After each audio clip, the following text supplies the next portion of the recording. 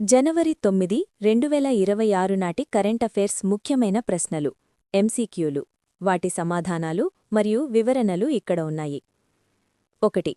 రోడ్ల నిర్మాణంలో ఉపయోగించే బయోబిటుమెన్ను వాణిజ్యపరంగా ఉత్పత్తి చేసిన ప్రపంచంలోనే మొదటి దేశం ఏది? A. America, B. China, C. భారతదేశం, డి. జపాన్. సమాధానం సి. భారతదేశం. వ్యవసాయ వ్యర్థాలు మరియు ఇతర పునరుత్పాదక వనరుల నుండి బయోబిటుమెన్ను వాణిజ్యపరంగా ఉత్పత్తి చేసిన మొదటి దేశంగా భారత్ నిలిచింది. దీనిని కేంద్ర మంత్రి నితిన్ గడ్కరీ ప్రకటించారు. 2. సుప్రీంకోర్టు లా క్లర్కుల పరస్పర మార్పిడి కోసం భారత సుప్రీంకోర్టు ఏ దేశంతో అవగాహన ఒప్పందం కుదుర్చుకుంది? A. Nepal, B. Sri Lanka, C. Bhutan, D. మాల్దీవులు. సమాధానం సి. భూటాన్. భూటాన్ లా క్లర్కులు భారత సుప్రీంకోర్టులో పనిచేసేందుకు వీలుగా ఈ ఒప్పందం జరిగింది. భారత ప్రధాన న్యాయమూర్తి జస్టిస్ సూర్యకాంత్ దీనిని వెల్లడించారు. 3. ఇటీవల కన్నుమూసిన ప్రముఖ పర్యావరణవేత్త మాధవ్ గాడ్గిల్ ఏ ప్రాంత పర్యావరణ పరిరక్షణకు చేసిన కృషికి ప్రసిద్ధి చెందారు? ఏ. హిమాలయాలు, బి. తూర్పు కనుమలు, సి. పశ్చిమ కనుమలు, డి. సుందర్బన్స్. సమాధానం సి. పశ్చిమ కనుమలు. మాధవ్ గాడ్గిల్ పశ్చిమ కనుమల పర్యావరణ ప్రాముఖ్యతపై విశేషమైన పరిశోధనలు చేశారు. ఆయనకు champions of the earth award కూడా లభించింది. 4. ఐక్యరాజ్యసమితి యుఎన్ 2026 సంవత్సరాన్ని ఏ అంతర్జాతీయ సంవత్సరంగా ప్రకటించింది? ఏ. చిరుధాన్యాల అంతర్జాతీయ సంవత్సరం, బి. శాంతి మరియు నమ్మకం అంతర్జాతీయ సంవత్సరం, సి. అంతర్జాతీయ గడ్డి భూములు మరియు పశువుల కాపరుల సంవత్సరం రేంజ్ ల్యాండ్స్ అండ్ పాస్టరేట్స్, డి. అంతర్జాతీయ పప్పుధాన్యాల సంవత్సరం. సమాధానం సి. అంతర్జాతీయ గడ్డి భూములు మరియు పశువుల కాపరుల సంవత్సరం. పర్యావరణ సమతుల్యతలో గడ్డిభూముల ప్రాముఖ్యతను గుర్తించడానికి యుఎన్ 2026ను ఈ విధంగా ప్రకటించింది. 5. India International Conference on Democracy and Election Management 2026ను ఎవరు నిర్వహిస్తున్నారు? ఏ. నీతి ఆయోగ్, బి. భారత ఎన్నికల సంఘం ఈసీఐ, సి. విదేశీ వ్యవహారాల మంత్రిత్వ శాఖ, D. Law commission of India. సమాధానం బి. భారత ఎన్నికల సంఘం ఈసీఐ. జనవరి 21 నుండి 23 వరకు న్యూఢిల్లీలోని భారత్ మండపంలో ఈ అంతర్జాతీయ సదస్సు జరగనుంది. 6. ప్రతి సంవత్సరం భూభ్రమణ దినోత్సవం ఎర్త్స్ రొటేషన్ డే ఏ తేదీన జరుపుకుంటారు? ఏ. జనవరి 1, బి. జనవరి 5, సి. జనవరి 8, డి. జనవరి 10. సమాధానం సి. జనవరి 8. భూమి తన చుట్టూ తాను తిరుగుతుందని నిరూపించిన లియోన్ ఫౌకాల్ ప్రయోగాన్ని స్మరించుకుంటూ ప్రతి సంవత్సరం జనవరి 8న ఈ దినోత్సవం జరుపుకుంటారు. 7. హిస్టరీ దట్ ఇండియా ఇగ్నోర్డ్ పుస్తక రచయిత ఎవరు? A. Prem Prakash, B. Amish Tripathi, C. Shashi Tharoor, D. Vikram Seth. సమాధానం ఏ. ప్రేమ్ ప్రకాష్. ఈ పుస్తకాన్ని గోవా ముఖ్యమంత్రి ప్రమోద్ సావంత్ పణాజీలో విడుదల చేశారు. 8. మహిళ సాధికారత కోసం ఉద్దేశించిన షైన్ అనే పథకాన్ని ఏ సంస్థ ప్రారంభించింది? A. NABARD, B. Bureau of Indian Standards BIS, C. SEBI, D. ISRO. సమాధానం B. Bureau of Indian Standards BIS. నాణ్యత మరియు ప్రమాణాల విషయంలో మహిళలకు అవగాహన కల్పించి వారిని సాధికారత వైపు నడిపించడానికి బిఐఎస్ ఈ పథకాన్ని ప్రారంభించింది. 9. కౌన్సిల్ ఫర్ లెదర్ ఎక్స్పోర్ట్స్ నూతన చైర్మన్గా ఎవరు బాధ్యతలు స్వీకరించారు? A. Sanjay Garg, B. Rajesh Kumar, C. Ramesh Kumar Juneja, D.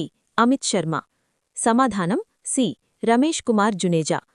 Leather ఉత్పత్తుల ఎగుమతుల మండలికి రమేష్ కుమార్ జునేజా చైర్మన్గా నియమితులయ్యారు. 10. ఆదర్శ మహిళా హితైషీ గ్రామ పంచాయతీలపై జాతీయ వర్క్షాప్ ఎక్కడ నిర్వహించబడుతోంది? A. Mumbai, B.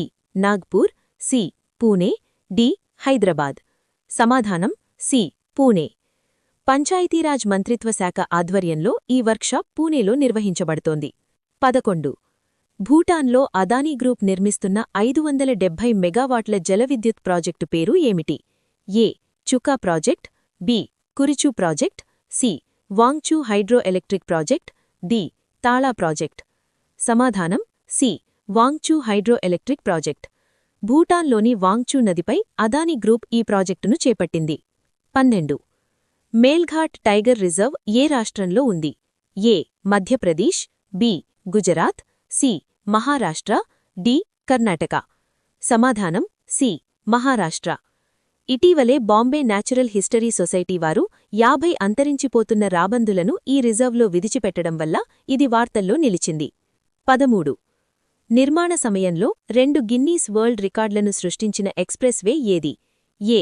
Delhi Mumbai expressway, B. Bengaluru Kadapa Vijayawada expressway, C. Yamuna expressway, D. Purvanchal expressway. సమాధానం బి. బెంగళూరు కడప విజయవాడ ఎక్స్ప్రెస్వే. 24 గంటల్లో అత్యధిక దూరం రోడ్డు నిర్మాణం మరియు అత్యధిక బిటుమినస్ కాంక్రీట్ వాడకంలో ఈ రికార్డులు నమోదయ్యాయి. 14. భారతదేశపు మొట్టమొదటి డీప్ టెక్ స్టార్టప్ పాలసీని ఏ రాష్ట్రం ప్రారంభించింది? A. Karnataka, B. Telangana, C. Tamil Nadu, D. Kerala. సమాధానం సి. తమిళనాడు.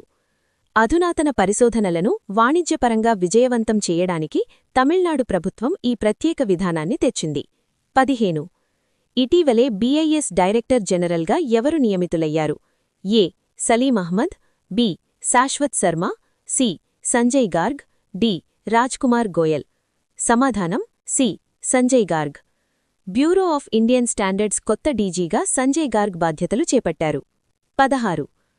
బయోబిటమిన్ను వాణిజ్యపరంగా ఉత్పత్తి చేసిన ప్రపంచంలోనే మొదటి దేశం ఏది? A. America, B. Germany, C. China, D. భారతదేశం. సమాధానం డి. భారతదేశం. బయోబిటమిన్ను వాణిజ్యపరంగా ఉత్పత్తి చేసిన మొదటి దేశంగా భారత్ నిలిచింది. 17. CPWD central public works department నూతన అధ్యక్షుడిగా ఎవరు బాధ్యతలు స్వీకరించారు?